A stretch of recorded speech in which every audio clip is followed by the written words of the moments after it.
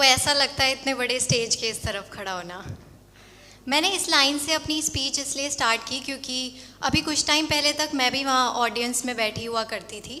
उस टाइम ना तो मेरे पास इतनी हिम्मत थी और ना करने के लिए कोई बात जो मैं यहाँ खड़ी हो पाऊँ।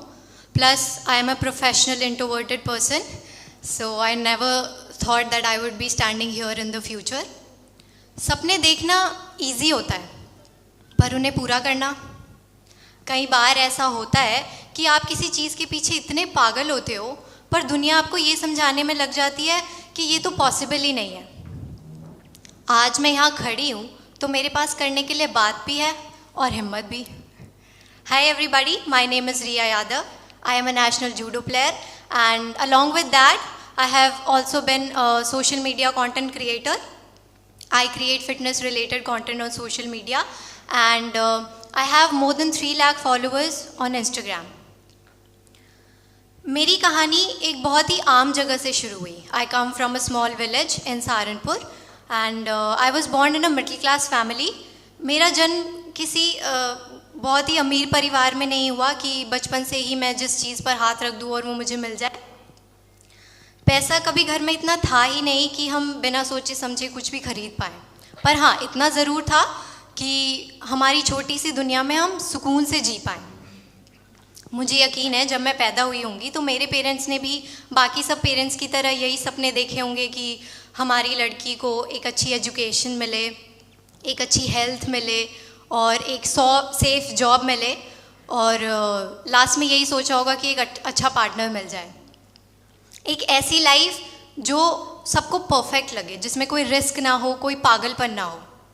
पर शायद कुछ लोगों को ये ना पता हो कि मैं अपनी दुनिया अपने ही तरीके से बनाने की ज़िद पकड़ लूँगी।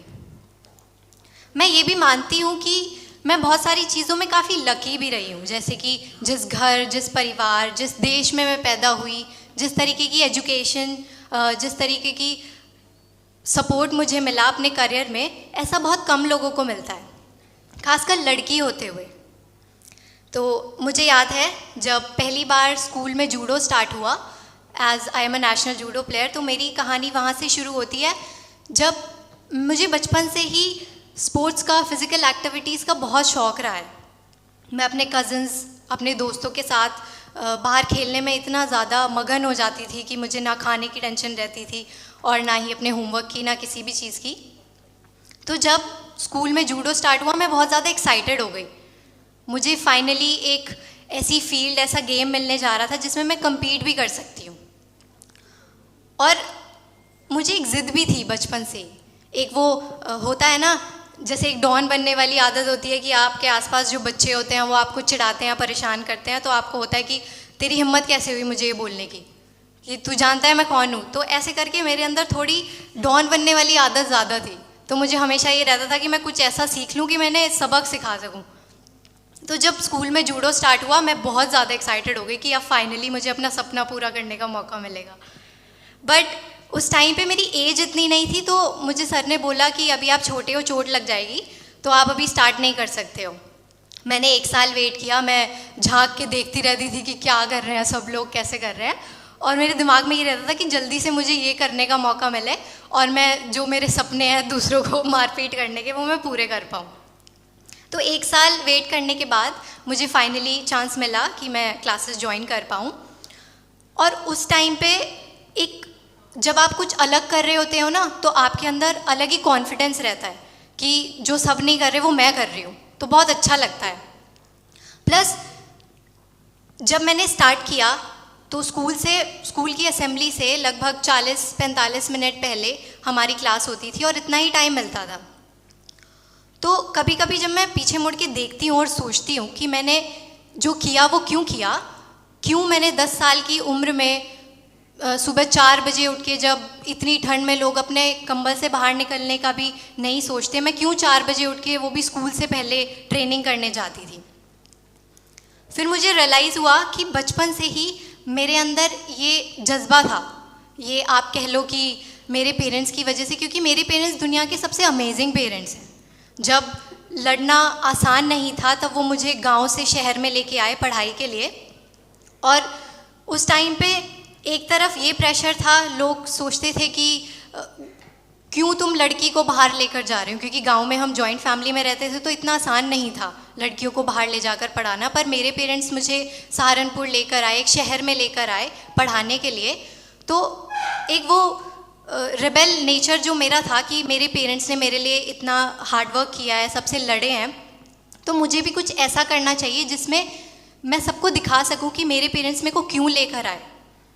तो जब क्लासेस स्टार्ट हुई, मैंने बहुत सारे नेशनल्स भी खेले, स्टेट्स भी खेले, पर उस टाइम पे मैं सिर्फ डिस्ट्रिक्ट लेवल पे थी और सिर्फ इतना था कि असेंबली से पहले 40-45 मिनट प्रैक्टिस करो, उसके बाद क्लास में जाओ। क्लास में भी जब हम लेट हो जाते थे थोड़ा तो टीचर्स बोलते थे कि तुमने इतना कुछ मिस कर दिया, तुम क्लास के इस टाइम आए हो। पर दिमाग में ये रहता था कि कोई बात नहीं, बोल रहे हैं तो सबको थोड़े दिन बाद अपने आप दिख जाएगा। और क्लास में थोड़े बच्चे डरने भी लग गए थे, पंगे भी लेने बंद कर दिए थे। सो आई वॉज हैप्पी, तो मुझे बहुत अच्छा लगता था। और मुझे एक मेमोरी बहुत अच्छे से याद है, जब मैंने स्टार्ट किया था तो हमारा एक डेमोन्स्ट्रेशन होता है, उसमें आपको क्या करना होता है कि ज़मीन पर कुछ बच्चे लिटा देते हैं और उसके ऊपर से आपको जंप करके ऐसे रोल करना होता है। तो मैं बहुत छोटी थी, लगभग 6-7 क्लास में मैं उस टाइम होंगी। तो हमारी प्लानिंग थी कि हम बस 8 या फिर 9 बच्चों के ऊपर से जंप करेंगे। तो मेरे कोच ने मेरे को बताया नहीं, वो मेरे लिए एक सरप्राइज था। पूरा स्कूल बैठा है, इधर भी बच्चे उधर भी बच्चे, सारे टीचर्स देख रहे हैं, क्योंकि उस टाइम पे मैं थोड़ा टीचर्स की फेवरेट हो गई थी। तो सबकी आंखें मेरे ऊपर हैं और मैं ऑलरेडी 10 बच्चों के ऊपर से तो जंप कर चुकी हूँ मतलब।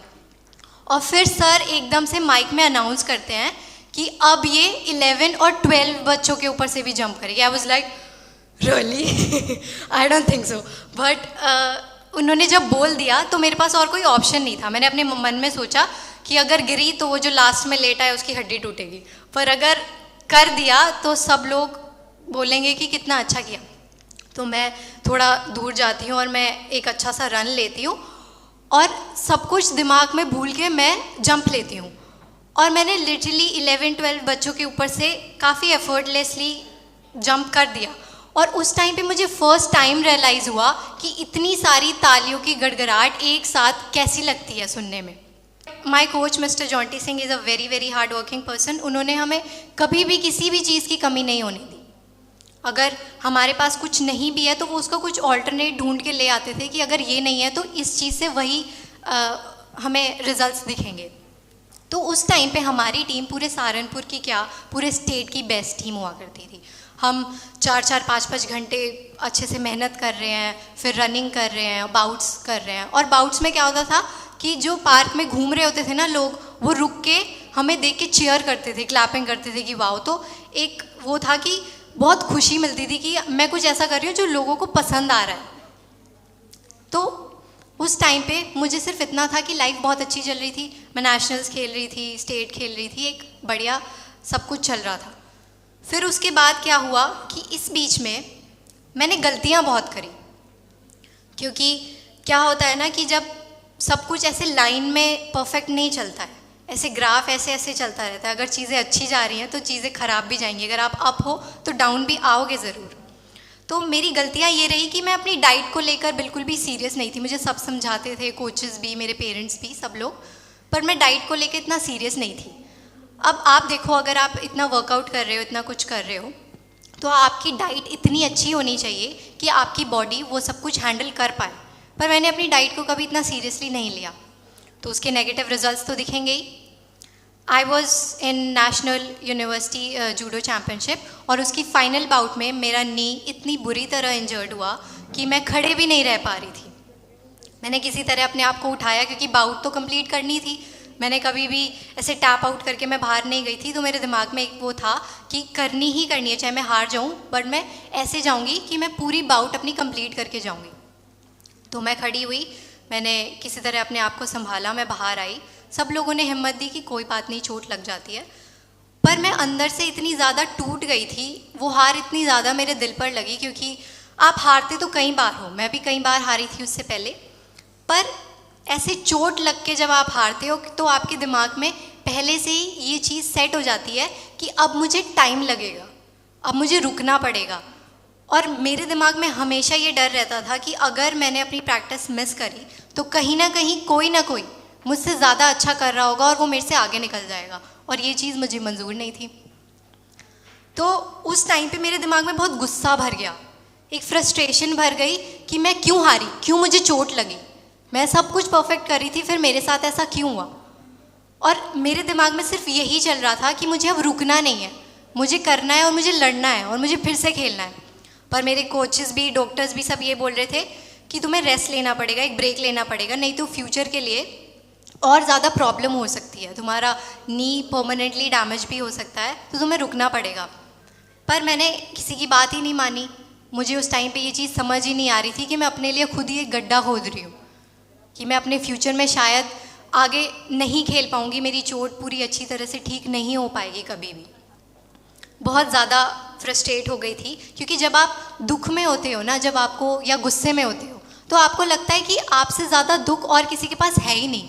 और ये सबसे गलत सोच होती है, क्योंकि कोई ना कोई, हर कोई अपनी लाइफ में किसी ना किसी स्ट्रगल में है, वो कुछ ना कुछ कर रहा है, तो प्रॉब्लम सबके साथ होती है। पर उस टाइम या तो आप कह सकते हो कि मेरी एज इतनी नहीं थी कि मैं अपने आप को संभाल पाती, और मैंने अपने आप को गेम में इतना ज़्यादा इन्वॉल्व कर रखा था कि अगर उसके अलावा मैं कुछ और, मुझे ऐसा लग रहा था कि मैं कर ही नहीं सकती हूँ। तो मेरे लिए एक बहुत ज़्यादा हार्ड पीरियड रहा है वो। मैं अपने आप को कई कई घंटे तक रूम में बंद रखती थी। पर फिर एक दिन अचानक मैंने सोचा कि बस अब और नहीं। फिर मैंने एक कड़क अदरक वाली चाय बनाई, मम्मी के साथ बैठ के सनसेट देखते हुए वो पी, और उस टाइम मेरे दिमाग में ये आया कि अगर लाइफ में कुछ करना है तो आगे तो बढ़ना पड़ेगा, उठना तो पड़ेगा। और जब आपने इतने साल तक अपनी लाइफ में किसी चीज़ में दिया हो इतना टाइम, और किसी चीज़ में आपने अपने आप को इन्वॉल्व रखा हो और अपनी सारी स्किल्स उस चीज़ में दिखाई हो, उसमें झोंक दिया हो अपने आप को, तो वो कहीं ना कहीं उसके रिजल्ट्स आपको ज़रूर मिलेंगे। वो चीज़ वेस्ट नहीं जाती। अगर आप किसी तरह से उस चीज़ को अभी नहीं देख पा रहे हो, आपको रिजल्ट्स, आपको आउटकम नहीं मिल रहे हैं, तो वो आपको आगे मिलेंगे ज़रूर। ये शायद मेरी किस्मत थी, या फिर मेरे पेरेंट्स का स्ट्रगल, कि मैं वहाँ पर आई और मैंने अपने आप को, वो स्किल्स मैं अपने आप को दे पाई। तो 2023 का लास्ट चल रहा था। It's only been a year since I have started social media.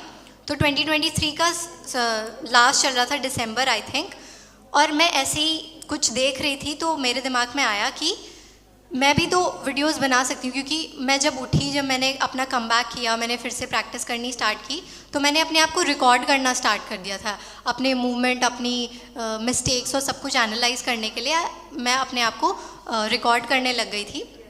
तो जब एकदम से रैंडम मेरे दिमाग में आया कि क्यों ना मैं भी अपनी वीडियोस पोस्ट कर दूँ, जब सब कर रहे हैं तो मैं क्यों नहीं, मैं भी कर सकती हूँ। और उस टाइम पे मेरे कुछ 100-200 कुछ फ्रेंड्स या बस रिलेटिव्स थे जो मेरे इंस्टाग्राम पे मेरे साथ थे, और मैंने अपनी वीडियोस पोस्ट करी।